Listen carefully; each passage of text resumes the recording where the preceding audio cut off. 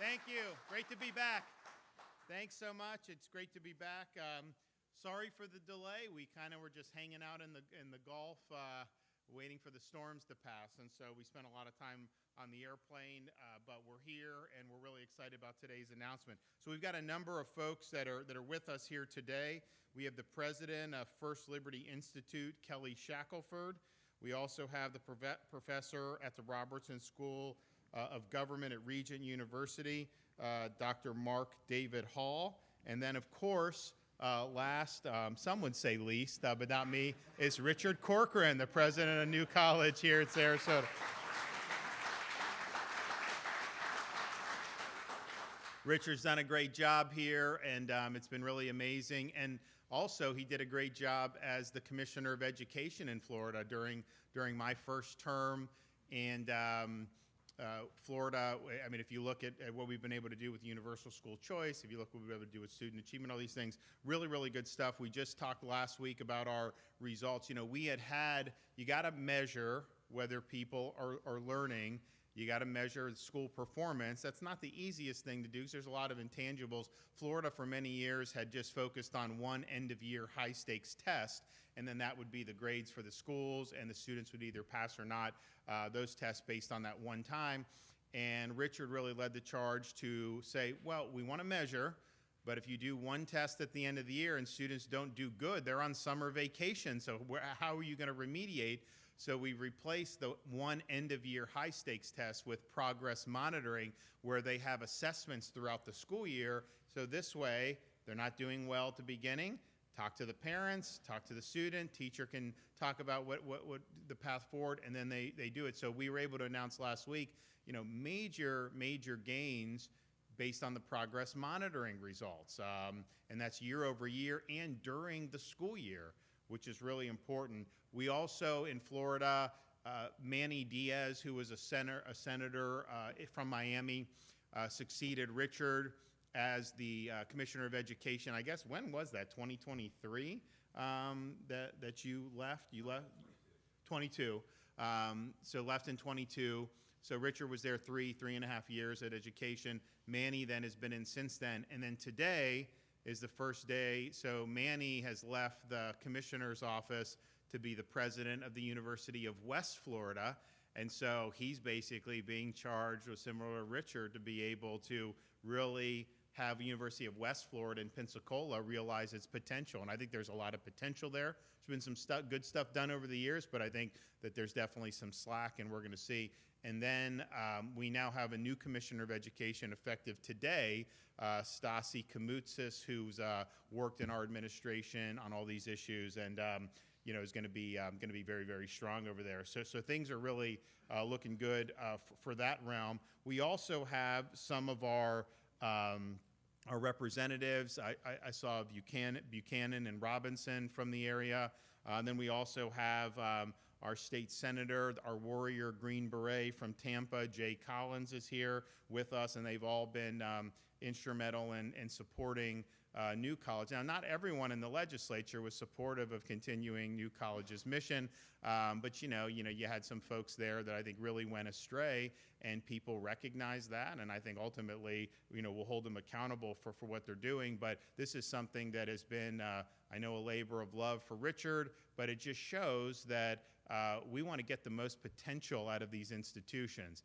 And there's a debate about higher education where, there's some people that think higher education should just be whatever kind of the most liberal faculty want, and then that should just be it. I don't think that's what Florida taxpayers want out of their public institutions. And so we want to make sure that our universities, but particularly a place like New College, is really answering the call to provide a classical education that really has students think about big questions, where they learn how to think critically, where they learn how to make arguments, where they learn how to think about things and have their assumptions questioned in ways that in some of these universities that are promoting orthodoxy, you don't see anymore. And I know they've had great debates. When's your most recent debate you've had?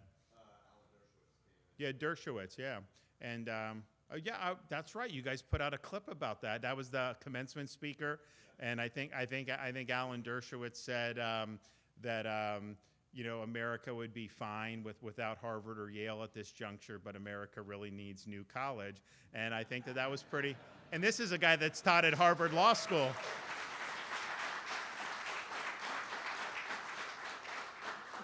This is a guy that taught at Harvard Law School for decades, and so when he's saying that, that's something that's really, really meaningful. So this mission's important, and I'm very happy to be back here for this. Now, that is actually not the purpose of today's announcement. The purpose of today's announcement, as you may gather from what the placard on this podium says, is we're celebrating yet another number one ranking for the state of Florida. And you've heard me talk about we've been ranked number one in higher education for X years in a row, a lot of years now. Number one in economy by U.S. News and World Report 2 years in a row. Number one by CNBC. The talking points had 2 years in a row, but they just came out again, and CNBC for the third year in a row has rated Florida's economy number one amongst all 50 states. So that's great.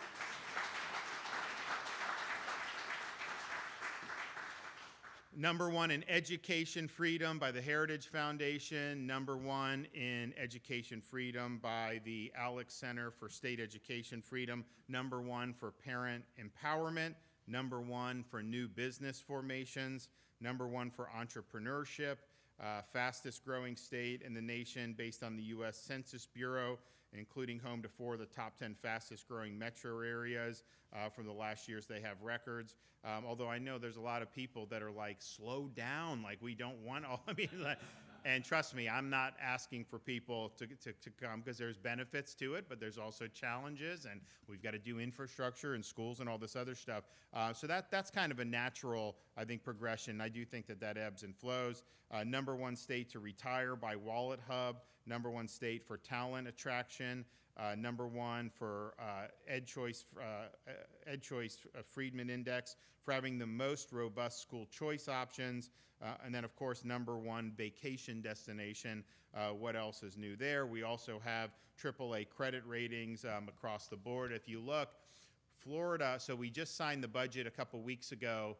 We have the smallest number of state government workers per capita in the entire United States of America.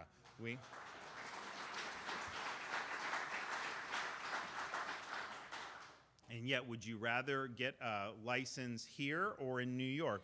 Who's going to give you better customer service at the DMV? I don't even think we have to ask that question.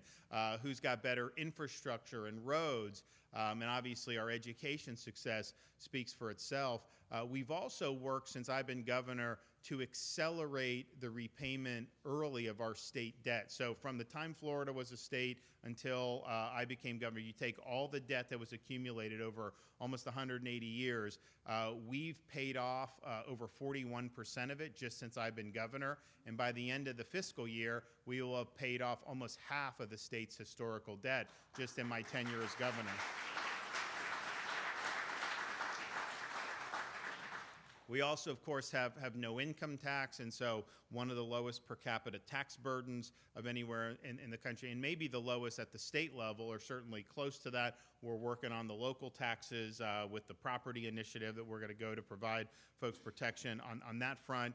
And then we've also reduced taxes for many, many years, billions and billions of dollars. Everything from now when you raise kids, all the baby items are tax-free. So diapers, wipes, all this stuff, no tax on that. We just eliminated a tax, a business rent tax. We were one of the few states in the country that charged commercial rent, and it just didn't make sense. So I think that's going to help our economy even more. So we eliminated that. So on and on it goes. We're leading, but the result is in last year's budget that I signed in '24, we spent less than the previous year, and then in the budget I just signed, we're spending less than in 2024, 2025. So who else in the country is actually reducing spending? And yet we've done that for many years in a row.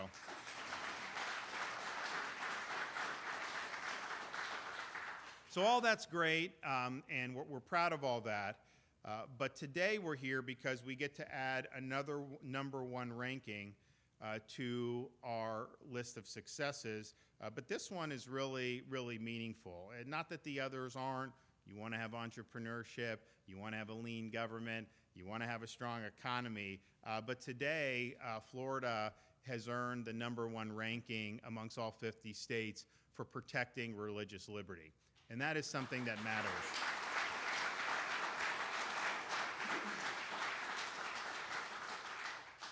And if you go back to the founding of our country, religious liberty was basically the first freedom that the founding fathers sought to protect. And of course, religious freedom was part of the reason people even settled in the American colonies to begin with. So this is something that is central to the American experiment. It's central to our way of life. But it is something that has really been under assault in recent years, particularly over the last decade or so. And I'm just proud to say we have a strong record of protecting this first freedom throughout the state of Florida. I mean, just think of what we did to protect parents' rights in the state of Florida. Parents have a fundamental right to direct the education and upbringing of their children in this state, and that includes religious instruction and students' ability to practice faith. I also signed legislation requiring teachers in classrooms in Florida public school when they start the school day to set aside time for a moment of silence so that students have an opportunity to pray before the day's events happen. In 2020, when COVID-19 hit, you saw a concerted effort to target religious institutions for closure. I remember Fauci was always complaining about churches. And so you had a lot of places around the country, they'd have liquor stores open, but they would have churches closed. Now, we didn't do that in Florida at the state level, but you did have in those early days of COVID people that were really, I think it was hysteria that was really taking over, that were trying to enforce closures based on local ordinances or emergency declarations, and even got to the point where there was one local jurisdiction that arrested a pastor in Florida. And so I think it was the next day I signed an executive order overriding all those local restrictions, saying that religious worship, going to church, that is not only an essential activity, in many ways the essential activity, and that is protected in the state of Florida. So not only did we put the kibosh on the movement to try to snuff out religious worship, and look, at first maybe it was just people were scared, they didn't want to see, but I mean, if you look at how some of these governments clung to this for weeks and weeks and months, whereas they didn't mind that you could have a strip club open, but somehow people going singing in a choir on Sunday was like the big problem. There was an agenda behind that. So we snuffed that out very early on. And it's interesting because people talk about, oh, I moved to Florida, and I moved my business to Florida because I could, and that happens. We actually had people move churches to Florida. We had people that had congregations in places like Washington State that decided they're going to move their church. And look, not every parishioner was in the position to move, but some moved, and then they established a church here in the state of Florida. So we were proud on standing on the front lines during those days. Of course, we have signed legislation protecting folks' medical freedoms, particularly when there's religious objections to certain medications. We've also protected physician freedom of speech and physicians' ability to conduct themselves in a way that's consistent with their religious beliefs, particularly when they're being perhaps forced to perform procedures that they disagree with vehemently. That's something that's been done. We've also ensured that, and it's sad that we even have to do this, but we made sure that you can say a prayer before a high school football game. I mean, imagine that. They used to do that as a matter of course. They ended up in litigation in Florida when I became governor, and we've settled that and making clear that that is absolutely appropriate. And then, of course, after the October 7th attacks by Hamas against Israel, you saw really an ugly wave of anti-Semitism unleashed that really continues to this day. But in the state of Florida, Jewish students did not have to worry about having a Columbia University happen here, and we knew that that wouldn't happen.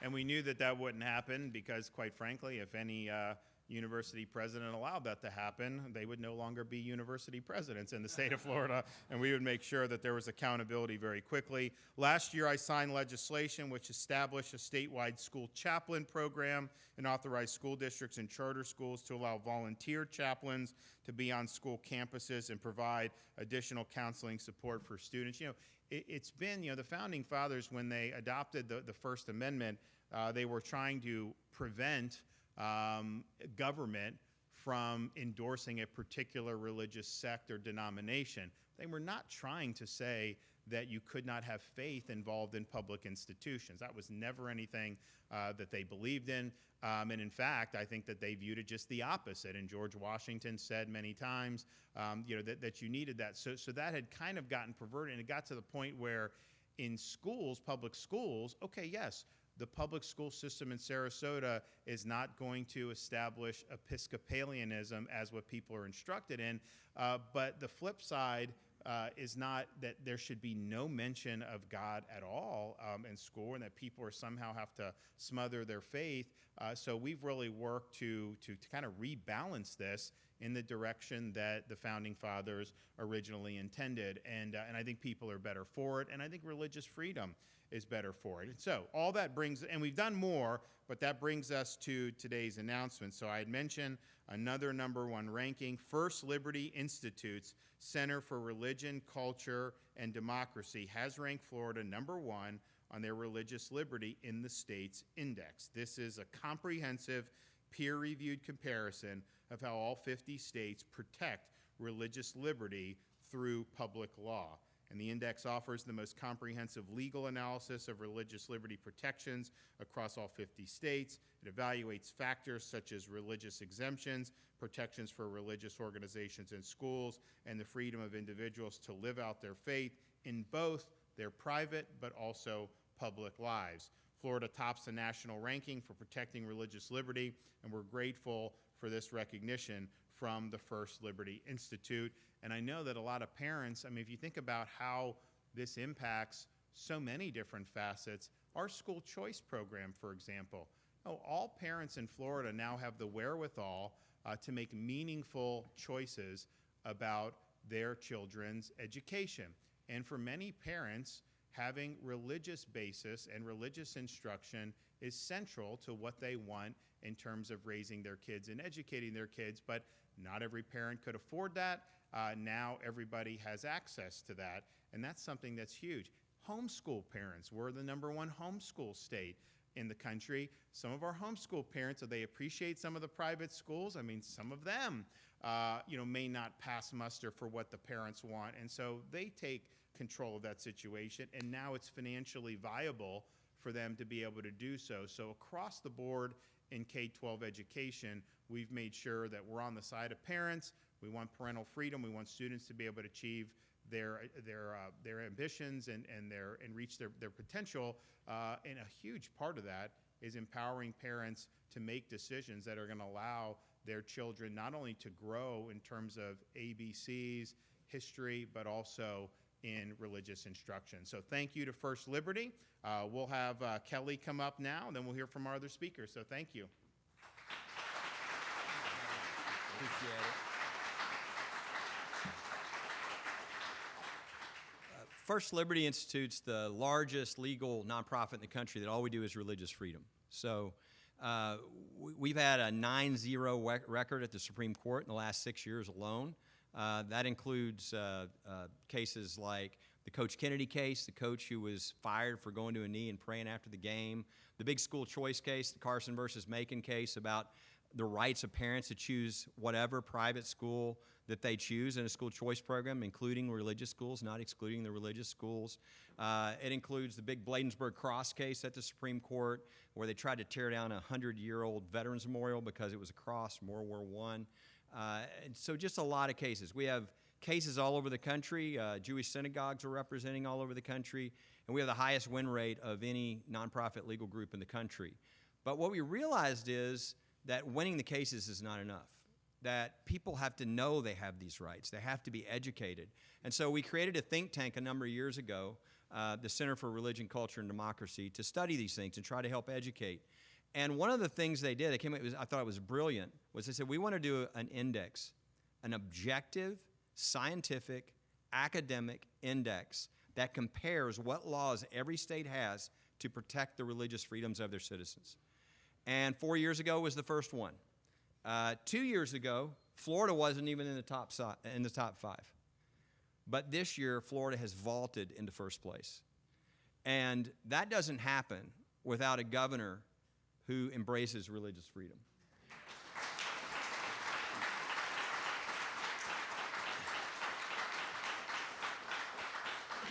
And so I just want to say thank you to you for your commitment to religious freedom and for your incredible leadership in bringing Florida to #1 in the country. Every citizen and business in Florida can know they have the most religious freedom protections than any other state in the nation. Thank you, Governor.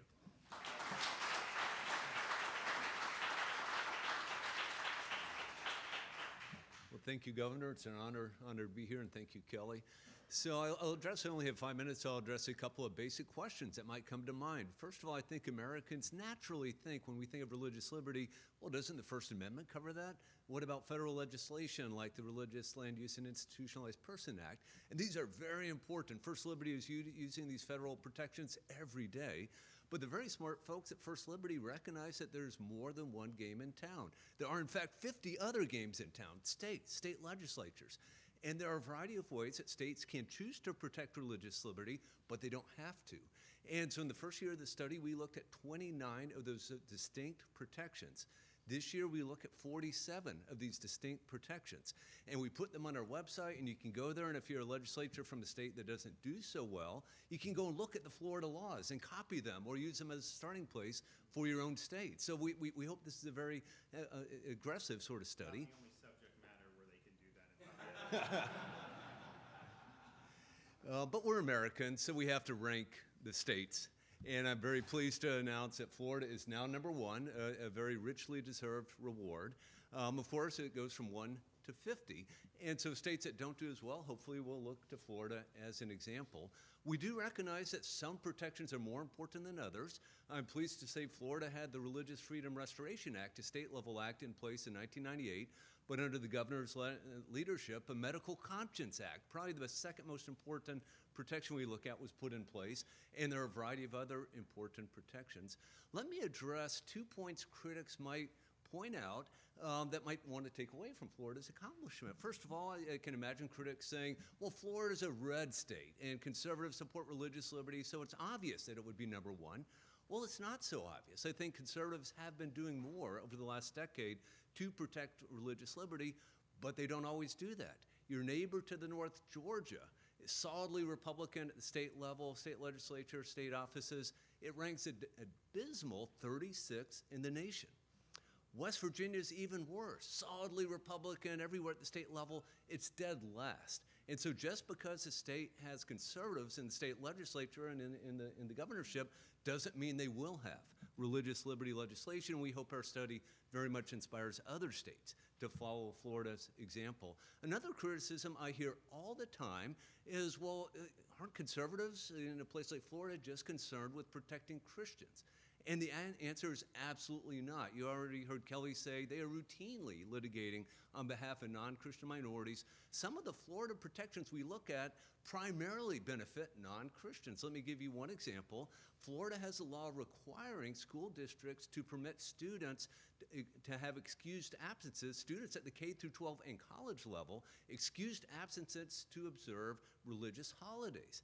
Now think about the school year for a moment. Even though I think most school districts now talk about winter break, we used to call it Christmas vacation, and it conveniently, whatever you call it, allows Christians to celebrate Christmas and related holidays. And how many public schools do you know have school on Sunday? Almost none. So a law requiring excused absences for religious observances will primarily benefit non-Christians. So Rosh Hashanah and Yom Kippur in this fall will occur during the middle of the week, and so Jewish, Orthodox Jewish families can take advantage of this and celebrate those holidays without being punished. So let me mention lastly that we're here to celebrate Florida. This is a day where the report is released. You have physical copies of it. You can go online to Religious Liberty in the States and see the entire report online, and I encourage you to do so. Thank you very much. Who's last? Florida, West Virginia. West Virginia is dead last, unfortunately. Okay. Yeah. Yes, sir. Thank you. All right, well, thank you.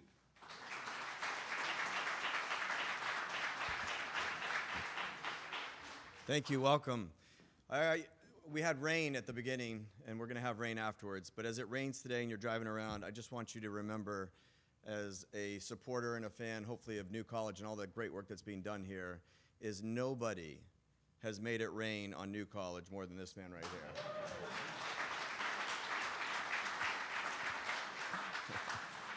And I also want to thank our legislators. You guys have been fantastic. I know you get a lot of blowback, but thanks for sticking with us, and the fight is absolutely worth it. Also want to thank the First Liberty Institute. We've actually worked with them. When I got chosen by the governor to be Secretary of Education, I remember sitting down with him, and he was like, hey, would you consider doing it? And I was like, okay, well, what are you thinking about education-wise? This is going almost 7 years back. And he said, here's what I want to do. And he said, I want to take everything that exists that needs to be accomplished to make us a great state. I want to take us to #1 on everything so that whoever takes my spot after me has nothing to do. And he's pretty darn close. I mean, there's just no ranking that we're not #1 in. It's an amazing feat. But I remember being Commissioner of Education, and right away we find this, we have a high school athletic association who's saying that 2 Christian schools who are playing in a competition for football at the end of a season can't have a 1-minute prayer led by themselves. And so we joined immediately, worked with the First Liberty Institute, filed litigation, as the governor mentioned, and resolved that. And now the final decision ultimately hopefully will be with the Supreme Court here shortly. That'll affect the entire nation in a positive way. But thank you for that work. Ironically, that same organization, a year later, the governor is saying, we're going to open up schools. Everyone's going to be able to go to school, be educated, and stand in a classroom and be taught face-to-face, which is the greatest instruction that we can have. And we have this same organization saying, fine, you can open up schools, but we're not opening up sports. There'll be no Friday night lights in August and September of the year. So I go and I tell the governor, and he goes, give me the names of the people on the board. And so I give him the name and the numbers. And so I give him the names and the numbers. And he goes, step outside, we're going to make a few phone calls. And so I stepped outside. I listened through the wall, though, and all I heard was, hey, this is Governor DeSantis. I need you to open up. Whatever he said worked. I think it was like 13 members on that board. I told him it was 6-7 against us, and the final vote, I think, was 12-1. So,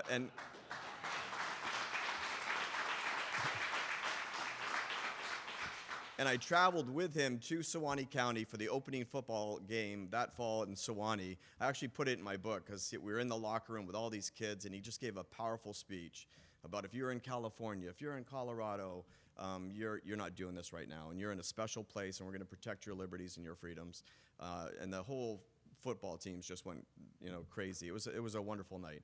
But all that being said, religious freedom, that's why I love the name of their institution, the First Liberty Institute, because it's the first liberty in the Bill of Rights. The first liberty enumerated is that liberty of freedom of religion, because if the freedom of religion anywhere in the world historically falls, almost all other freedoms eventually fall with it.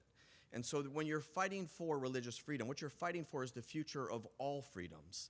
And the reason I think it's so powerful, and we're so honored to host you guys, is because we feel that same way, and I know the governor has led with this in higher institutions. If you don't have academic freedom, if you don't expose students to a William F. Buckley and a Gore Vidal, let them see all of the great thoughts, all of the great minds, all of the great debates, whether you agree or disagree, but you expose them to that, you end up with real academic freedom and a real educated populace, which is necessary to survive a self-governing society. And that's what we're doing here at New College. Just like religious freedom, academic freedom, ideological freedom, the governor has fought for that from top to bottom. And it's making a difference in why we're, again, number one on all different metrics is because of that fight for freedom. And I'll end with this. As a newly minted president of New College and looking over the history and the amazing history of New College, nobody, no single figure, let alone an elected official, a business person, anybody has done more for New College than Governor DeSantis, and it's going to produce amazing results for decades to come as we produce great students, great citizens, great leaders. And so thank you for that, Governor DeSantis.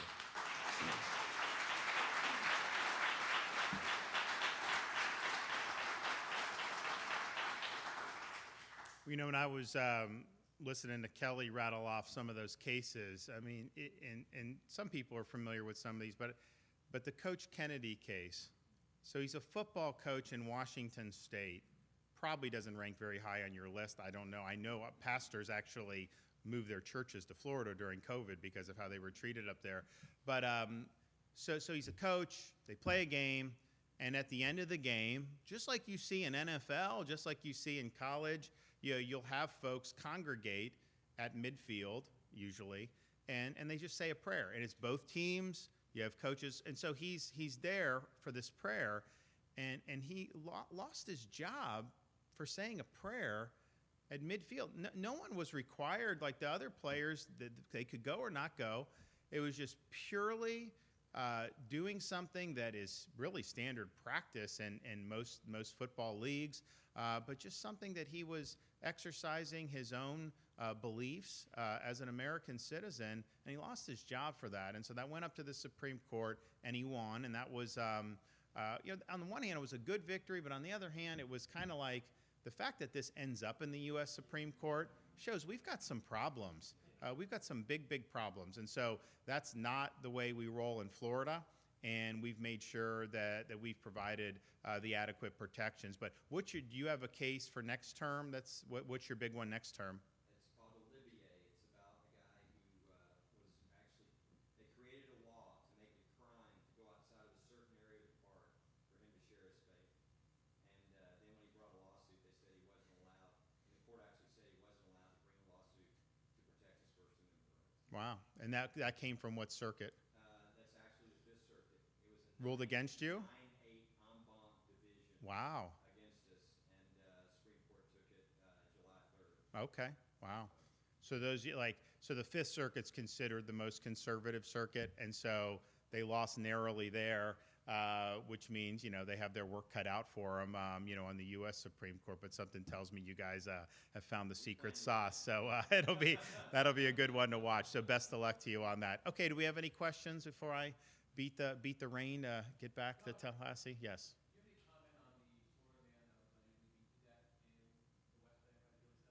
I don't, because I don't have any information on it. I've heard different reports on it, but I just don't have any information. And quite frankly, you do have some reports that come out of that part of the world that may not be fully verified. So I'm not exactly sure on the facts on that one.